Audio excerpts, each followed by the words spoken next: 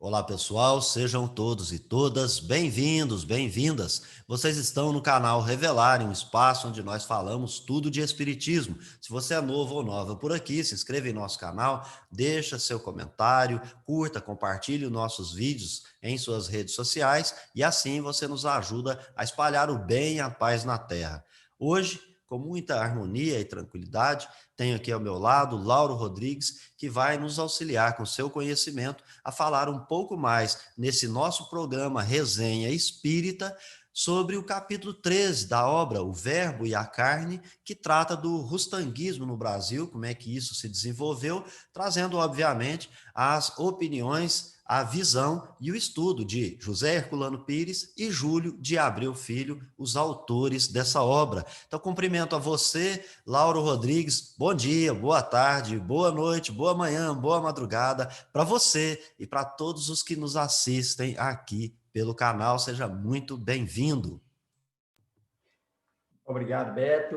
Obrigado a todos que estão nos assistindo nesse momento. Como diz o Beto, né? Saudação em qualquer horário, qual seja o horário que você estiver nos assistindo nesse momento, que a paz esteja aí reinando em seus corações, em seu coração. Beto, um assunto profundo, um assunto que tem que ser, sim, conversado, né? Quando se fala de rustanguismo, quando se fala do rustanguismo no Brasil, dentro do espiritismo, isso tem que ser debatido, e foi debatido pelo Herculano Pires, com muita profundidade nesse livro que você citou, O Verbo e a Carne, e no qual, né, a gente vai fazer um pouco da análise desse livro, para a gente compreender melhor. Então, vamos seguir em frente aí, e que os nossos ouvintes, aqueles que estão nos assistindo, possam usufruir, né, desse entendimento que a gente vai buscar, claro, dentro das nossas limitações e tirar proveito disso tudo.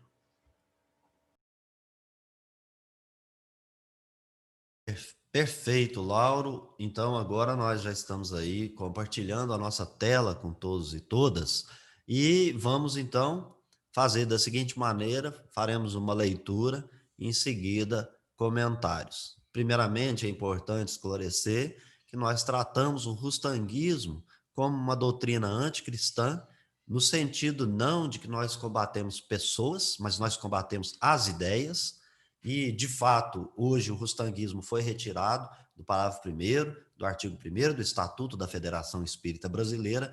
Agora é preciso que ele saia das consciências, porque alguns, até inconscientemente, em razão disso que nós vamos compartilhar com vocês no dia de hoje, podem trazer os ranços, né, desse desenvolvimento que se deu no Brasil em função de vários aspectos, os quais vamos, então, nesse momento, compartilhar com todos e todas. Observem vocês que nesse capítulo 13 existem duas indagações que iniciam esse texto. Quais os motivos da penetração do rustanguismo no Brasil? Como é e por que ele conseguiu, como e por que ele conseguiu enraizar-se na chamada Casa Máter? Por que nos defrontamos agora com uma recrudescência dessa pseudodoutrina? Recrudescência, no caso aqui, é uma expansão, né? Ela está aumentando. E Casa Máter aqui, o Lauro vai explicar a vocês logo no início da sua fala. Então, né, quais os motivos dessa penetração, dessa chegada, desse campo em que adentrou o rustanguismo?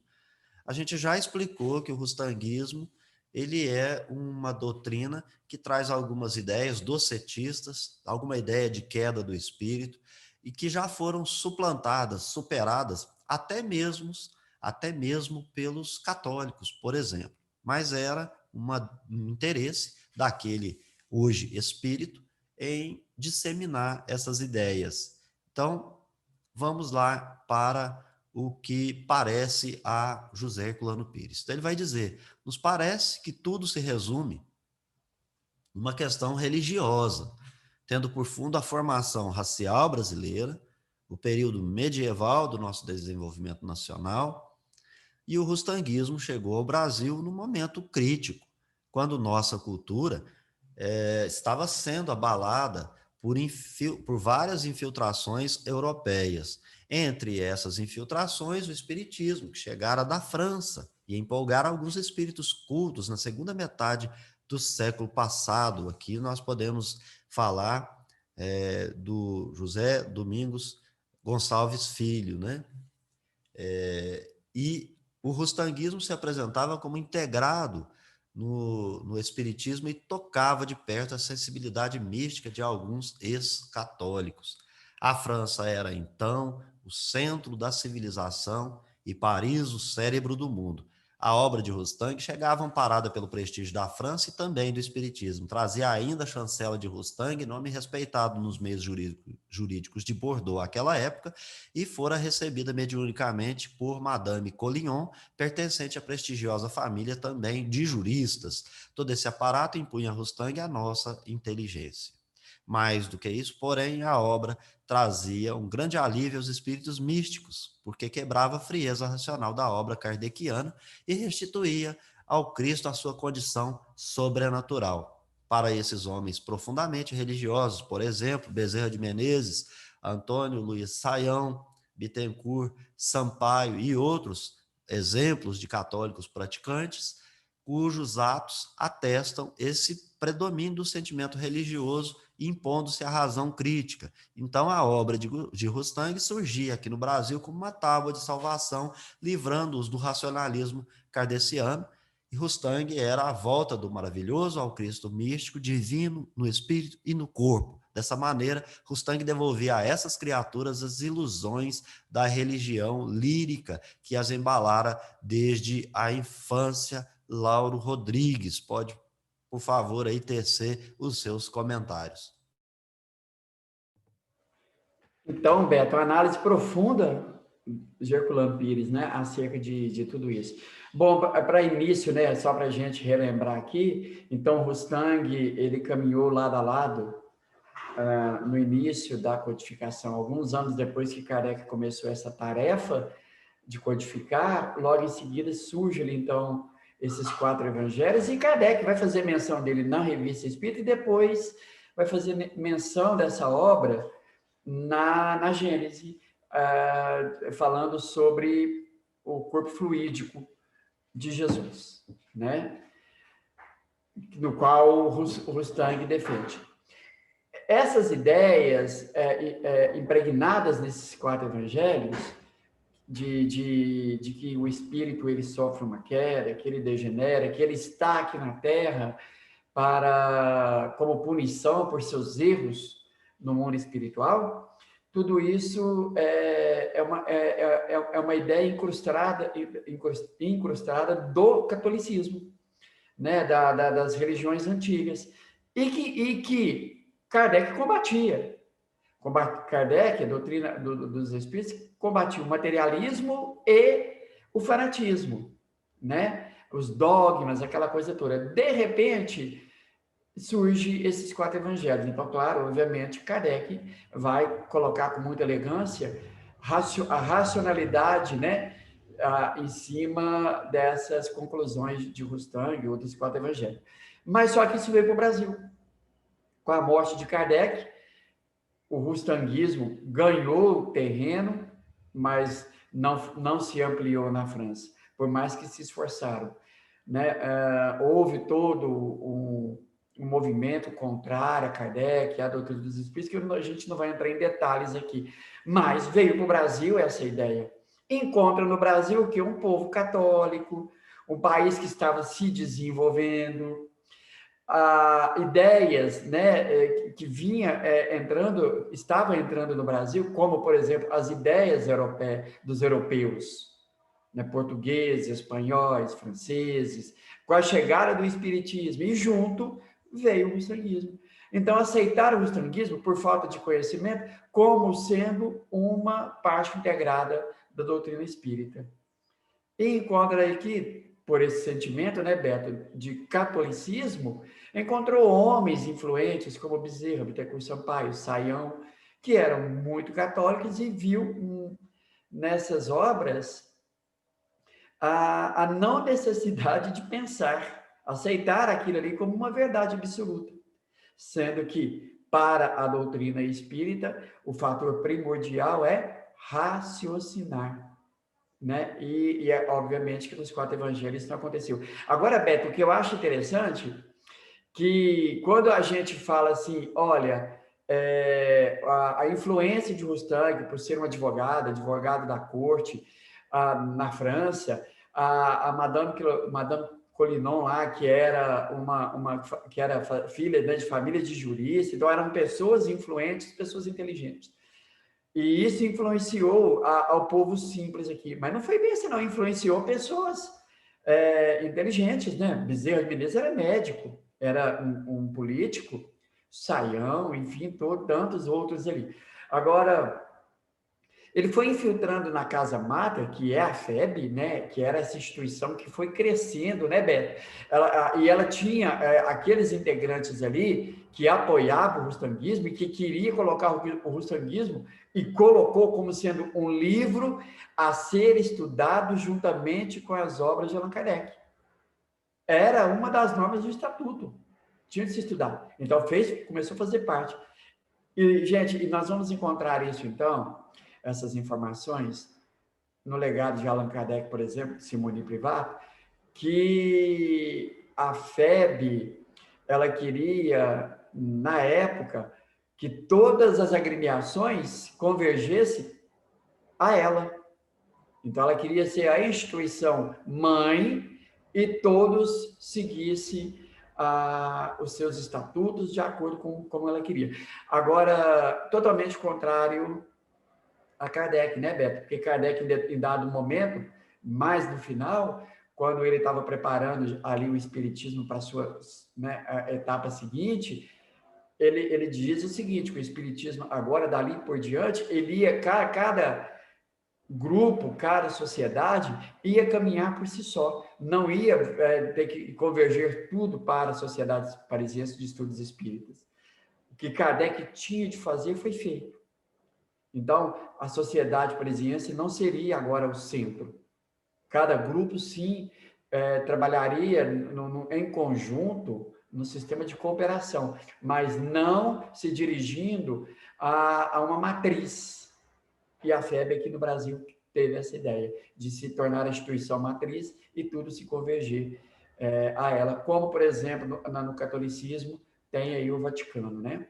Então, essa é a ideia principal do russellismo, por isso Herculano combate com tanta força. E seria interessante também nós nos lembrarmos, né, do cerne do espiritismo, talvez um pouco não tão divulgado. O que eu estou falando aqui? Você mencionou Simone Privato, que nos leva, logicamente, a outras obras e que nós vamos reportar a autonomia do espírito. E como nós temos essa situação da autonomia do espírito, a gente precisa se recordar dos hábitos condicionados. Dos hábitos condicionados, Lauro. Nesse caso, aí nós vamos perceber de fato, né, verdadeiros hábitos condicionados, que é o que faz com pessoas como você acabou de mencionar, que é um médico, e que ficam, de certa maneira, irracionais. Porque algo que ele se habituou como espírito, porque nós não estamos falando aqui só do Bezerra de Menezes evoluindo como espírito, somente como espírita no Brasil daquela época, ou como católico antes do espiritismo no Brasil, naquele período que ele viveu. Ele é um espírito milenar, tem suas experiências. Mas o que o leva a aceitar irracionalmente algumas coisas que falam mais alto à sua razão? Porque ele já estava acostumado com isso. O Cristo que era apresentado para ele era aquele, daquela forma. Então, quer queira, quer não, para muitos, Jesus, que eu respeito como meu irmão, e até tinha uma frase que eu usava com os meus irmãos mais velhos, né? E eu era o caçula, e sou até hoje da família, graças a Deus, o maninho. Então, Jesus aí é o maninho. O que é o maninho para nós, os caçulas, né? É aquele mais velho que você respeita, que ele está no lugar do pai quando o pai não está presente, mas ele não é o pai. Ele não é o pai. Significa que Jesus não é Deus. Mas esse endeusamento da figura do Cristo, ele está muito presente para muitos. Para muitos. Então aqui, Lauro, antes de devolver para você, vou ler mais um. Pois não. Se me permite, só fazer uma correção. Eu citei Simone Privato na obra O Legado de Allan Kardec. Lá ela faz as denúncias da comprovatória das adulterações, enfim, né, tudo documentado.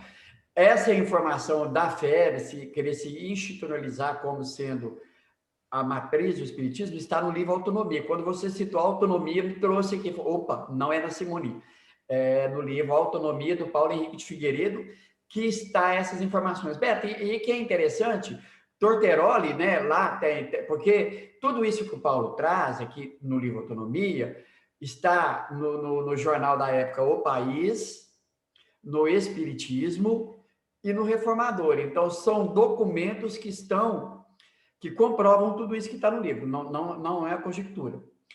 E quando, por exemplo, o Saião, né, aquele grupo que reunia ali quando ia receber as instruções dos espíritos, e esses espíritos se dizia Jesus, Kardec, Maria, os 4 evangelistas, Moisés, quando num debate com o doutor Bezerra, o doutor Bezerra chamou Jesus de Senhor, e ele falou, não, ele não é meu Senhor, o doutor Torteroli falou, ele não é meu Senhor, ele é meu irmão, meu igual. Senhor é Deus. É isso, vai casar com isso que você acabou de dizer agora. E mais, lembrando que recentemente inclusive acompanhei um dos vídeos dos meus queridos amigos e amigas aqui que possuem canal e que também nesses átrios, nesses espaços, eles se dedicam aos comentários, aos estudos, à divulgação. E foi mencionado, eu inclusive concordo, sobre a dissidência e a separação dos espíritas, né? Porém, eu não acho que é uma coisa da atualidade. Eu acho que é algo que prossegue no tempo e no espaço. Porque eu vou trazer uma informação aqui para vocês que vai mostrar que onde começou a suposta dissidência, ela se mantém até hoje. Agora, a pergunta que não quer calar: nós vamos ficar unidos sem raciocinar ou nós vamos ficar desunidos porque um grupo não quer raciocinar e o outro quer raciocinar? Quem é que está com Kardec? Quem é que é o verdadeiro espírita? Claro, lembrando que de qualquer desses dois grupos, para Kardec, o verdadeiro espírito é o verdadeiro ser humano de bem. Ponto. Ponto. Não vamos discutir isso, tanto num grupo quanto no outro. Você vai encontrar o verdadeiro ser humano de bem, como em todos os dois grupos você vai encontrar quem não é de bem de maneira nenhuma, que só faz coisa para o benefício pessoal, pelo próprio umbigo. Mas aqui o caso é apenas e tão somente da separatividade, da dissidência. Então nós vamos trazer aqui informações que vão mostrar que já naquela época, ou seja, o espiritismo chegava ao Brasil, mas já chegava havendo uma dissidência, porque muitos queriam um pouco do que trazia o espiritismo, mas muito daquilo que estavam deixando para trás das religiões ancestrais. Eles queriam muito mais do que estava na religião ancestral do que da dificuldade que era trazida pelo espiritismo. O espiritismo racional, o espiritualismo racional, ele vai falar que o centro é o indivíduo e que é o próprio indivíduo que tem que assumir as suas responsabilidades. Então, de fato, modificar-se a si mesmo, estudar as imperfeições e procurar dar um passo à frente no processo de evolução, pelo espiritismo é muito mais difícil.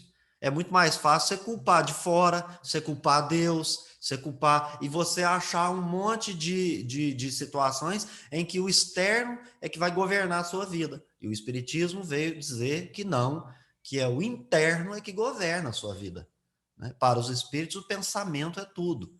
Mas voltando aqui para o nosso texto, e aí aproveitei um pouco do que o Lauro mencionou, e um pouco da atualidade para a gente fazer a ligação entre um aspecto e outro, para que vocês aí que vão assistir esse vídeo possam, de fato, criticar, sugerir, comentar, debater e discordar, que para nós também não tem problema nenhum. Nós não estamos aqui para ninguém concordar conosco. Vocês têm que concordar com aquilo que fala a racionalidade, a razão. Se eu estou falando alguma coisa aqui que é ilógico, irracional e falta bom senso, me esqueça. fique com Jesus e Kardec, parafraseando um outro espírito aí. Então, não é fácil, Lauro, continuando o texto, compreendermos hoje o clima religioso em que o espiritismo se desenvolveu entre nós. Houve naturalmente a dissidência racionalista constituída por elementos que tendiam para o aspecto racional da doutrina. E é daí que vem a divisão, que foi acentuada por um nome muito falado hoje, entre nós os espíritas. Quem? Canuto Abreu. Então, vou aqui compartilhar o texto na tela para que as pessoas possam acompanhar conosco, Laura. Então, como vocês veem aí, né, prosseguindo, daí a divisão acentuada por Canuto Abreu entre os espíritas místicos e científicos. Então, nós tínhamos os científicos, quem é? Os que usam razão, lógica e bom senso. Místico, o que aceita o sobrenatural sem discutir. Dentre eles, aqueles nomes famosíssimos que mencionamos anteriormente. Divisão que foi perdendo o seu sentido na proporção em que Kardec era melhor compreendido, revelando sua essência religiosa e, sobretudo, a sua natureza de elo entre a religião e a ciência. Aqui até eu preciso parar e ponderar mais sobre essa afirmação do próprio Herculano Pires, né? Porque o espiritismo era melhor compreendido e revelava sua essência religiosa. Aqui é preciso abrir aspas. Essa essência religiosa não é a religião ancestral que nós conhecemos. É uma essência de religiosidade que está no espiritismo, mas como um traço que liga a ciência como aquisição e produção de conhecimento às religiões, seja elas quais forem. O espiritismo admite quem quer que seja vir para o espiritismo, porque ele é o traço que vai ligar a ciência à religião. Então, se você tem uma religião católica, umbandista, budista, islamista, o espiritismo permite a você que você ingresse nas fileiras, porque ali o que não é permitido? É você querer realizar o culto da sua religião no espiritismo. Então, separado, abstraído do culto às religiões, todos aqueles que querem abeberar-se dessa fonte para levar a racionalidade para a sua religião, o espiritismo aceita, e esse, para mim, é o traço da religiosidade, não o outro. O espiritismo não é religião, eu vou defender isso enquanto assim eu tiver convicto, porque me parece que é o mais coerente com Kardec, desde a obra O que é o Espiritismo, até a Revista Espírita, de 68, até a Gênese. Para mim, está muito claro, respeitando quem pensa diferente. Antes de passar, então, a palavra para o Lau, continuando, como explicar essa posição, por exemplo, do Estado de São Paulo, taticamente, do Sul, rejeitando Mustang desde o início? Então, São Paulo, e isso é natural até hoje, salvo, pessoal, algumas dissidências que a gente encontra. Nós estamos aqui no Triângulo Mineiro e eu sei de centros e de comunidades pertencentes às USEs de São Paulo, USE, União das Sociedades Espíritas de São Paulo, e cada geograficamente ali possui as suas, parece que não é só a USE São Paulo, tem USE de Campinas e por aí afora. Então, aqueles grupos que pertencem, nem todos são racionalistas. Nós sabemos, por exemplo, sem querer criticar, que tem os que produzem, por exemplo, no estado de São Paulo, as pomadas, que são produzidas num aspecto ali meio místico e etc. Mas, respeitando, aqui isso foi só um dado, uma informação. Então, ali, vai dizer, figuras exponenciais como Batuíra e Cairbar Schutel revelaram desde o princípio a tendência racional. Eram espíritos analíticos, amigo da era cartesiana, do espírito positivo, repelindo os exageros místicos. O desenvolvimento cultural de São Paulo contribuiu para a consolidação desse espírito em nosso meio doutrinário, Herculano Pires falando na primeira pessoa, porque ele é paulista. Somente alguns espiritistas isolados deixaram-se levar pelo rustanguismo, que jamais conseguiu predominar numa só instituição doutrinária. Hoje a gente já sabe que existem instituições doutrinárias predominantemente mustanguistas. Então é por isso que hoje nós estamos falando isso no nosso meio. Porque senão a gente ficaria só com a obra de Verbo e a Carne aqui, lá dos idos da década de 70. Pelo contrário, nos grupos e nas sociedades espíritas, os poucos mustanguistas, mesmo quando se destacavam por seu prestígio pessoal, simulavam habilmente sua posição, como fazem ainda hoje, evitando atritos. Porém, gente, a Casa Mater, assim chamada, explicada pelo Lauro, que é a Federação Espírita Brasileira, possui na sua direção rustanguistas declarados. Eles falam abertamente das obras de Rustang e ainda mencionam, dentro dessa questão das obras de Rustang, que muitas obras mediúnicas da Lavra de Chico Xavier sejam estudadas à luz do rustanguismo. Me perdoe, mas me parece que existe até uma história acerca de uma dissidência entre Chico Xavier e a Federação Espírita com base nessa questão, salvo melhor juízo. Aí, aqui é apenas uma especulação, né? Eu não tenho um estudo profundo sobre isso, mas apenas para recordar. Né? Para terminar, Lauro, a vocação pioneira de São Paulo, o impulso para o futuro que o caracterizou desde sua formação, parece ter influído nessa posição kardeciana. O rustanguismo, como já vimos, é um impulso de retrocesso, uma volta ao passado, é uma forma de saudosismo. Toda tendência retrógrada em qualquer campo de atividades humanas sempre encontrou repulsa no clima mental e cultural paulista. Quando falamos desse clima, não nos fechamos nas fronteiras do Estado, pois que isso abrange todo o sul do Brasil. Será que de fato é, né? Sul, Sudeste, de fato é? Será que Minas Gerais é diferente? Passo para você, Lauro Rodrigues. Olha, Beto, pessoal, claro que no movimento espírita inicial no Brasil, né, ali no término do século XIX para iniciando o século XX, havia homens para combater essas ideias religiosas dentro do espiritismo. O Beto leu aí, Canuto foi um desses homens, né? E nós temos aqui agora lendo quem, né? José Orlando Pires, que também estava combatendo, que veio combater, que compreendeu isso.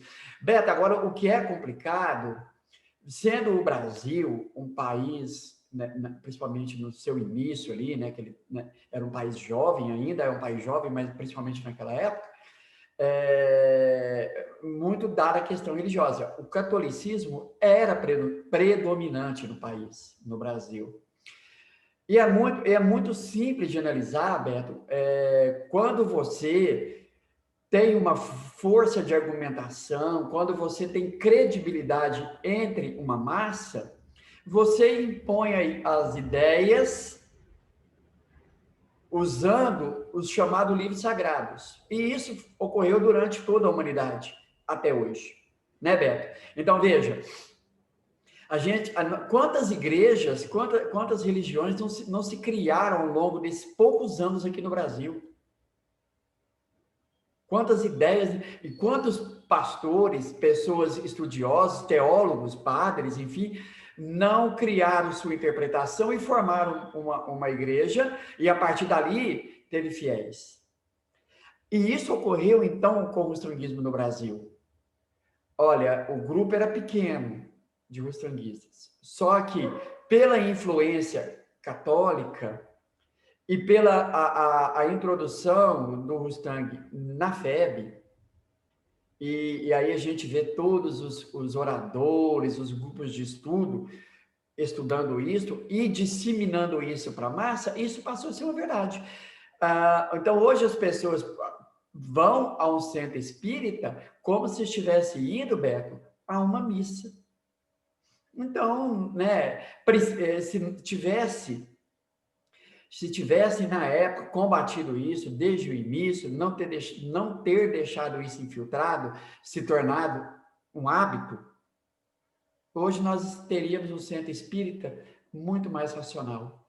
Com certeza teríamos. Mas tudo tem sua razão de ser, né, Beto? E a gente vai resgatar agora essa ideia real, né? Bom, então vamos continuar aqui, Laurinho, no texto. Referimos-nos acima ao nosso período medieval. São Paulo também passou por esse período que podemos figurar na fase da civilização caipira. Assim, os elementos básicos da nossa formação racial também estão presentes em São Paulo. O religiosismo português, o animismo indígena, o feiticismo do negro, mas sobre eles dominou o nacionalismo utilitarista do Bandeirantes desbravador. Aqui só abre um parênteses, viu, gente? São aspectos colocados por José Herculano Pires, sem contar, claro, que a gente sabe que, por exemplo, em religiões banto, afro, né, que tem as suas culturas, cultura banto, por exemplo, né, os motivos daquela época de escravidão e porque nós encontrávamos aqueles chamados despachos que nada mais eram de que meios para alimentar aqueles outros irmãos que haviam fugido para os quilombos e etc. Né? Então, levar isso em consideração dentro dessa fala aqui, sabendo que a gente tem um conhecimento de história, e aqui ele está falando da questão do sentimento popular, né? Porque também para dominar e para mostrar e causar medo a outrem, né? Você demonstrar um poder místico, sobrenatural, dava, e como causa até hoje, né? Repulsa e receio em muitos, né?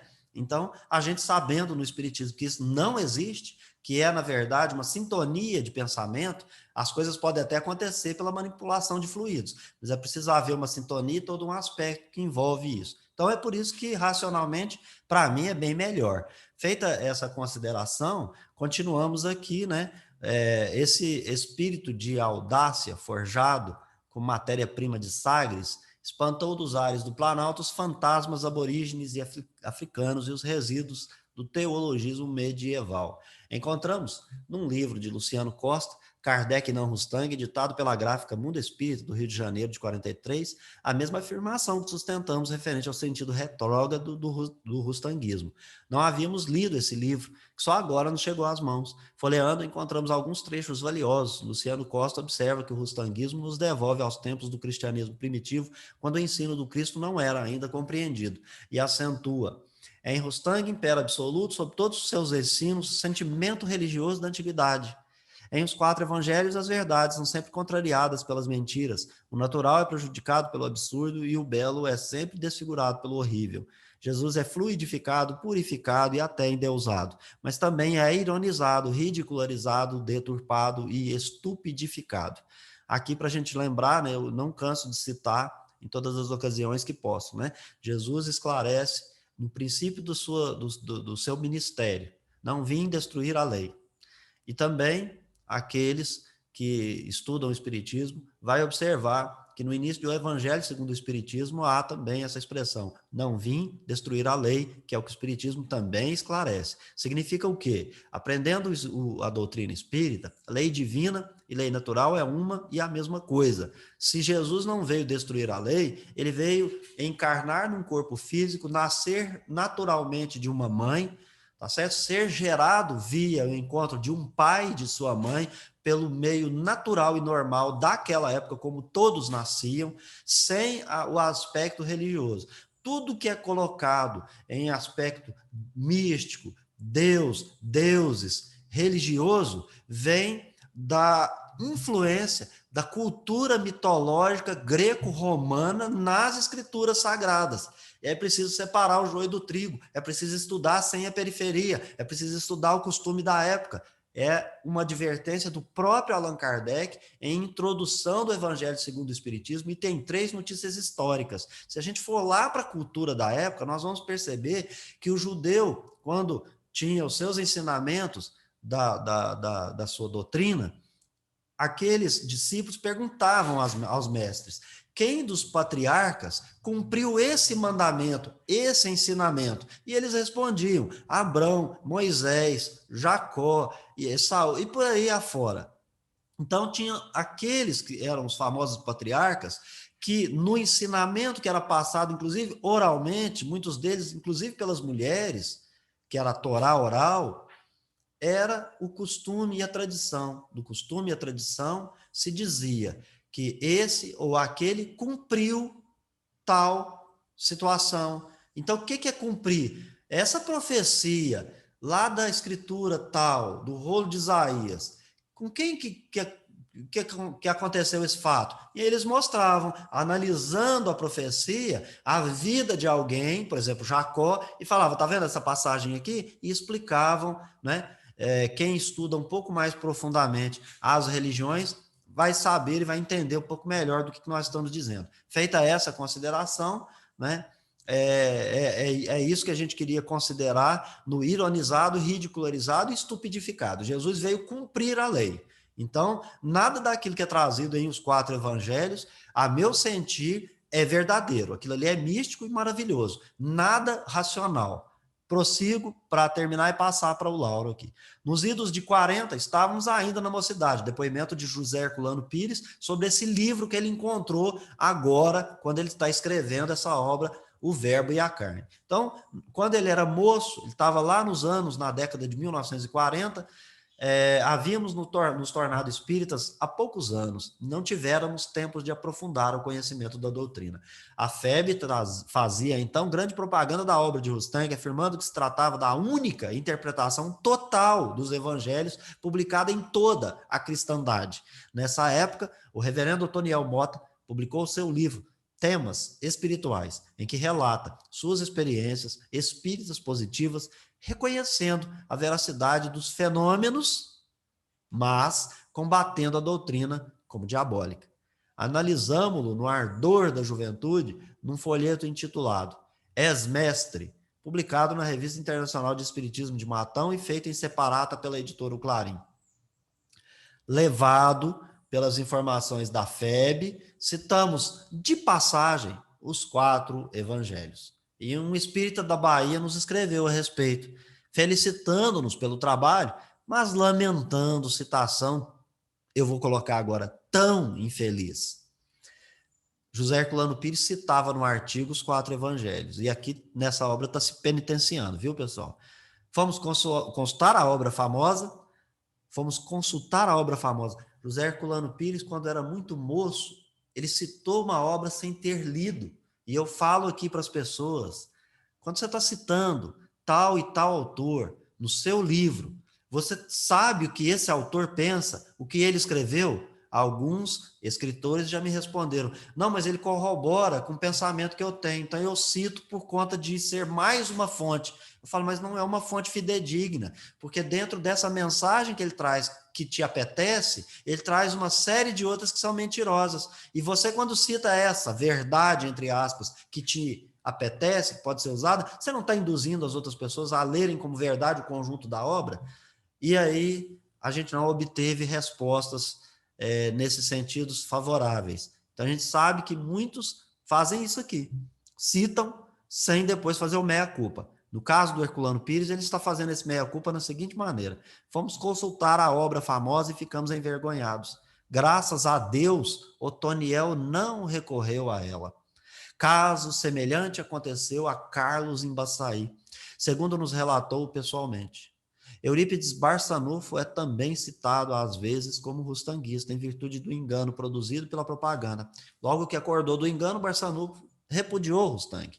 Chico Xavier tem sido vítima de mentirosos envolvimentos em sua obra, e sua obra chegou a sofrer deturpações. Pessoal, essa deturpação aqui é importante que eu fale para vocês. Existe 2 obras pela lavra do espírito Humberto de Campos, também chamado Irmão X, em que, numa das suas obras, Brasil, Coração do Mundo, Pátria do Evangelho, ele traz uma citação de Rustang, que seria, de fato, um dos articuladores na fé, no aspecto da fé para o Espiritismo, na fé. Pois bem, essa informação não existe numa outra obra do próprio Humberto de Campos, mencionada os anos dessas edições, e aí, repito, busquem essas informações nos livros da psicografia do Chico, da lavra de Humberto de Campos.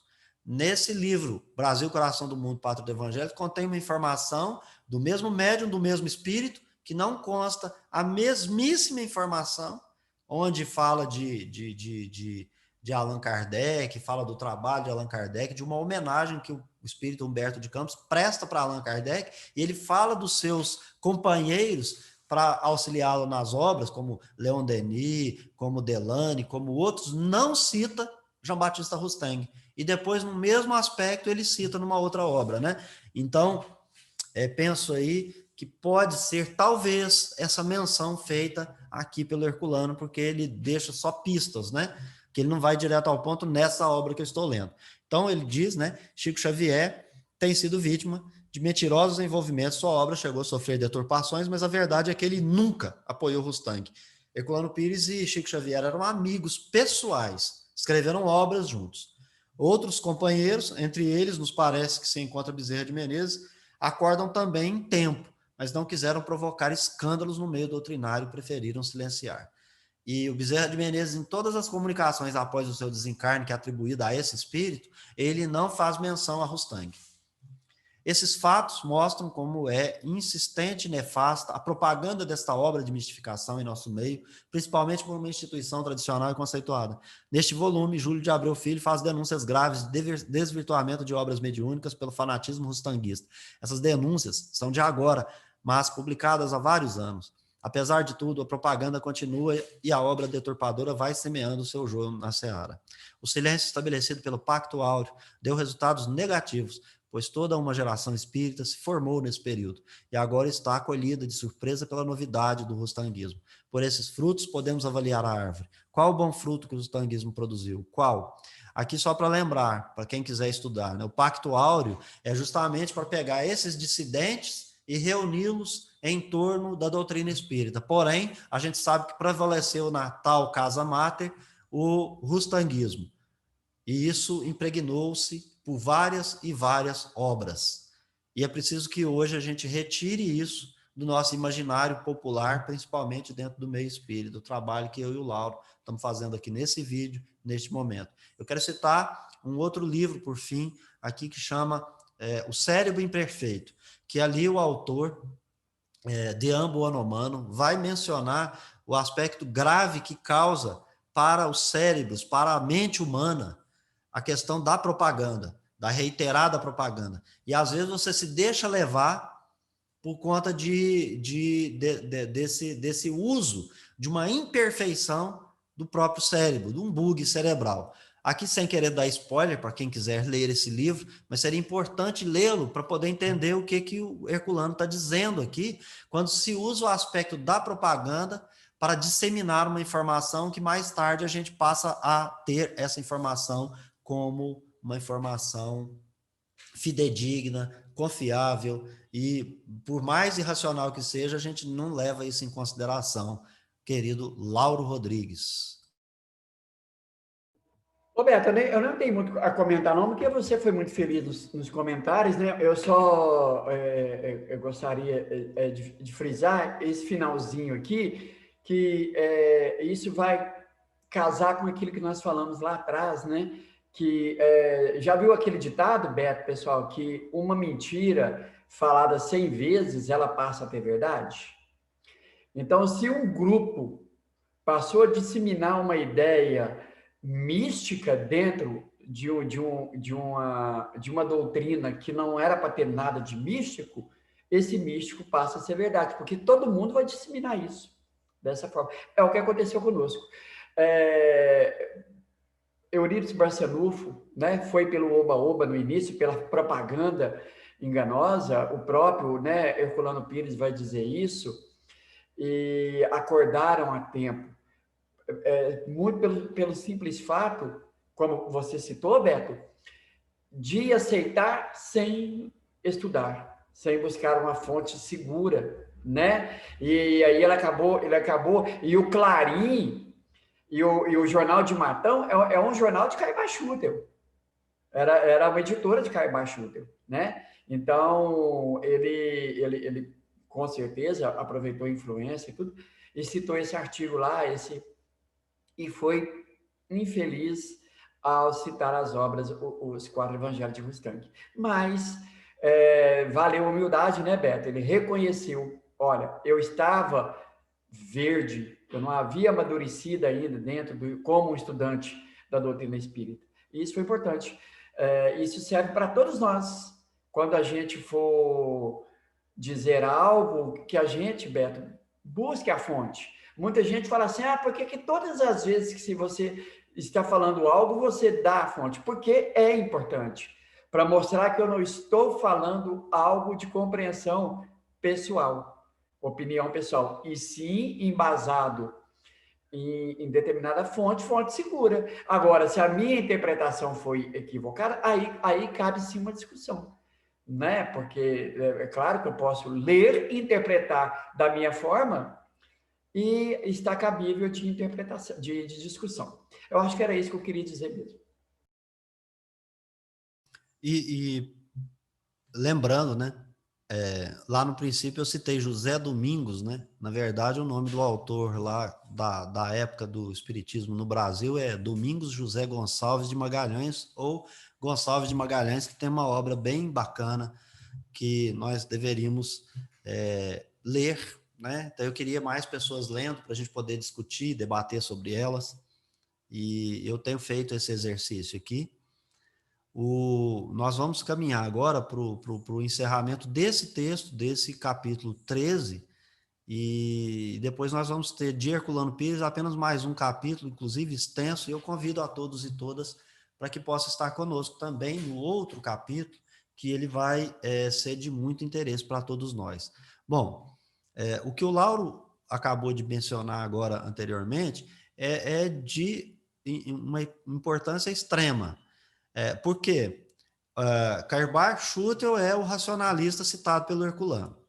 Tem uma revista, publica do amigo José Herculano, mas acredita no José Herculano e já vai lá e puf. Sabe o que eu aprendi com isso? Que por mais que o Lauro creia em mim, tudo que eu escrever, ele deve ir lá e fazer uma pesquisa anterior. E aí, quem fazia isso? Allan Kardec. Ele fazia uma pesquisa de tudo, abarcava todos, ele fala isso, ele abarcava todos os pontos. Só quando ele amadurecia a ideia que ele publicava. Ele não disse que ele acertava, não, gente. Ele podia estar errado. Como, por exemplo, ele errou em não considerar possessão dentro dos aspectos lá, relação com a influência dos espíritos nos encarnados. Ele muda de posição, mas ele tece logicamente a primeira ideia. E ele fala, não estou colocando isso aqui porque parece coisa de demônio. Demônio parece místico, parece sobrenatural. Então, ele está na racionalidade. Mais tarde, ele vai perceber que mesmo tendo essas situações, que ele pode continuar sendo racional e explicar o fenômeno. Mas qual a preocupação de Kardec? Se o fenômeno não encontra uma explicação racional, ele é místico, ele é sobrenatural, então não vou colocar isso. Então, olha as decisões do codificador. Não é que, então digo, repito, não é que ele não errava, ele procurava abarcar tudo, desenvolver uma teoria o mais racional possível, dentro da sua evolução espiritual. Então, o que o Lauro falou aqui é muito interessante, porque nós precisamos recordar que não pode ser por confiança, né? A gente vai trazer um amigo aqui para estar com a gente no canal. A gente não pode trazer só pela confiança. A gente vai escrever um texto, não pode ser só pela confiança. Pela confiança, acontece o que aconteceu com o Herculano, que agora precisa estar aqui, mas é um exercício bacana também, que é uma oportunidade, né? Não é porque nós estamos aqui que a gente não vai errar, pelo contrário, vamos errar muito. Mas o que vai nos caracterizar como verdadeiros homens de bem é se nós teremos a idoneidade de vir e falar assim, errei. E ponto, gente. E vamos seguir em frente. Então, Laurinho, vou continuar aqui, se você quiser mencionar alguma coisa, fica à vontade, tá? Por tudo isso, então, e pelas suas consequências, compartilho com vocês aqui mais uma vez, por tudo isso e pelas suas consequências desmoralizadoras, é necessário que os espíritos sinceros não se calem. É preciso dizer em alto e bom som, nas palestras, nas conferências, nos artigos, nos livros, a verdade sobre a obra de Rustang. Pessoal, eu quero aqui, grifar essa parte aqui e dizer, o canal, o Instituto Revelário, o Lauro, o Beto, não está aqui para ofender pessoas, Nós estamos cumprindo essa advertência de um irmão nosso que nós consideramos num aspecto, num patamar de evolução um pouquinho além. E ele faz um reclamo e ele deixa para a gente uma responsabilidade. Nós a estamos assumindo, né? Nós a estamos assumindo. A análise que acabamos de fazer tinha a pretensão de ser apenas análise, mas acabou nos levando obrigatoriamente ao terreno da acusação, porque não é possível escalar diante da astúcia dos mistificadores e da fascinação dos que aceitam e aplaudem. E às vezes a gente está aqui é contundente, da mesma maneira. Apesar de não atacar pessoas, nós atacamos essa ideia. Essa ideia, gente, ela tem que sair do nosso meio. Então, cada um que puder, por favor, né? Cada um que puder, cumpra esse chamamento do Herculano aí. Cumpra esse chamamento. E a gente, às vezes, aqui parece que está acusando as pessoas, mas muitos aí entram no canal, fazem comentário e vêm aqui com astúcia, querendo, às vezes, né, ganhar no grito. No grito não vão ganhar, gente, não vão. No grito vão ser ridicularizados, na verdade. Então, é dever dos espíritas sinceros, e nós queremos, talvez, ser tidos como estes espíritas sinceros, pelo menos estamos trabalhando na nossa evolução para isso, né? É dever dos espíritas sinceros combater a mistificação rustanguista neste alvorecer da era espírita no Brasil. Ou arrancamos o joio da seara ou seremos coniventes na deturpação doutrinária que continua maliciosamente a ser feita. O Cristoagênere é a ridicularização do espiritismo, que se transforma num processo de deturpação mitológica do cristianismo. Aqui o Herculano está mencionando o corpo do Cristo e o Cristo nunca tem encarnado, né? Pois o Lauro pode até falar um pouquinho mais do agênere aí. A doutrina do futuro nega-se a si mesmo e mergulha nas trevas mentais do passado. O homem espírita, vanguardeiro e esclarecido, se converte no homem da era anticristã, no crente simplório das velhas mitologias. O que está trazendo esse final, gente? Dizendo assim, espíritas, nossa questão aqui né, como diria meu pai, nossa questão é evolução, instruí-vos. Essa é a questão primordial.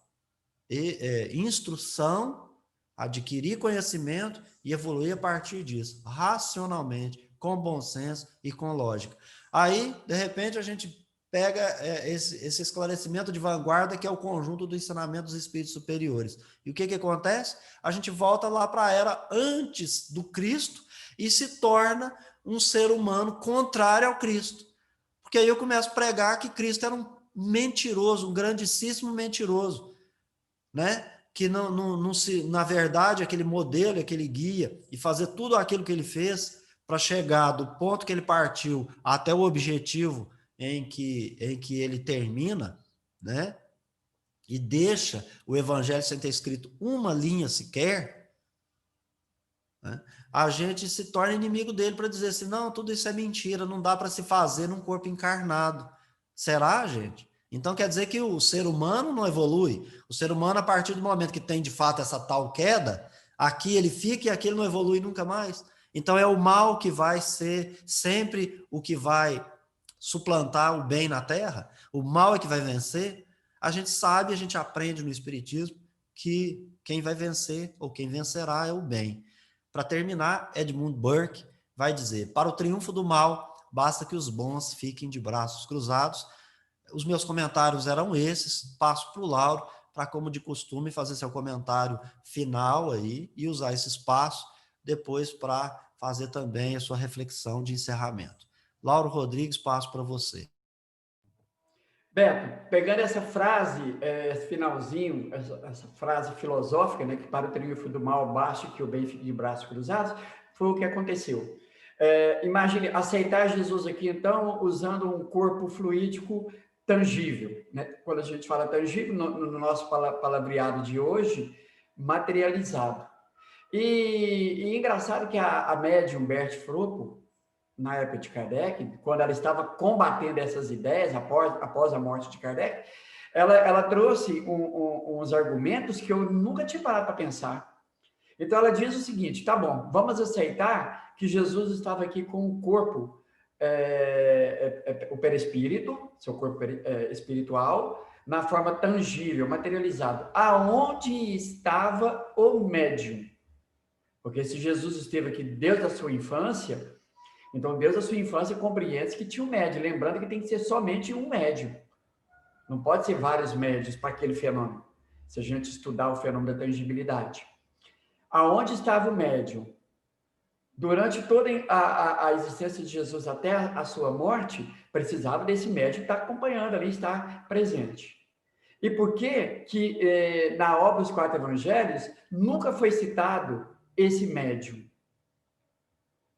Então, gente, se a gente for falar disso aqui, vai muito longe, mas dá para entender o seguinte: para que ocorra um fenômeno de tangibilidade, aparição tangível, no caso que foi citada a Gênesis de Jesus, teria que ter essa ciência, que é um médium que vai doar o chamado ectoplasma, que é que Kardec chama de fluido animalizado, para que esse fenômeno ocorra. E lembrando que isso é muito desgastante para o médium. O médium entra no estado sonambúlico e ele acorda depois desse estado sonambúlico exausto. Agora, Jesus permaneceu aqui durante 33 anos. Como assim que esse médium ficou 33 anos no estado sonambúlico? É isso por isso que foi aceito, porque não usaram a racionalidade, não estudaram Kardec para refutar isso. Aceitaram como sendo verdade. É isso que eu queria dizer, para que a gente não aceite nenhuma verdade. Gente, não aceitem nem isso que o Beto e eu estamos trazendo aqui. Eu peço a vocês, por favor, esse livro, O Verbo e a Carne, tem ele disponível no formato digital. Você consegue baixá-lo gratuitamente para vocês fazerem as suas reflexões. Tem os 4 evangelhos de Rustan também para baixar. Só que eu vou advertir, é um livro chato de ler, enfadonho, repetitivo, mas vale a pena ler para que vocês possam por si só tirar as suas conclusões. E eu quero agradecer a todos aqui. E claro, quando a gente fala tirar as conclusões, sempre indo nas obras de Allan Kardec, para ver se aquilo está condizente com Kardec, ou seja, com os espíritos da codificação. Então, que os bons espíritos possam nos amparar, nos inspirar a continuar perseverando na busca da verdade. A verdade, ela sempre é relativa ao nosso esforço de entendimento. Então, que Deus nos ampare hoje e sempre. Gratidão, Beto. Gratidão a todos que estão aqui nos assistindo. Acima de tudo, gratidão a Deus. Muita paz e luz.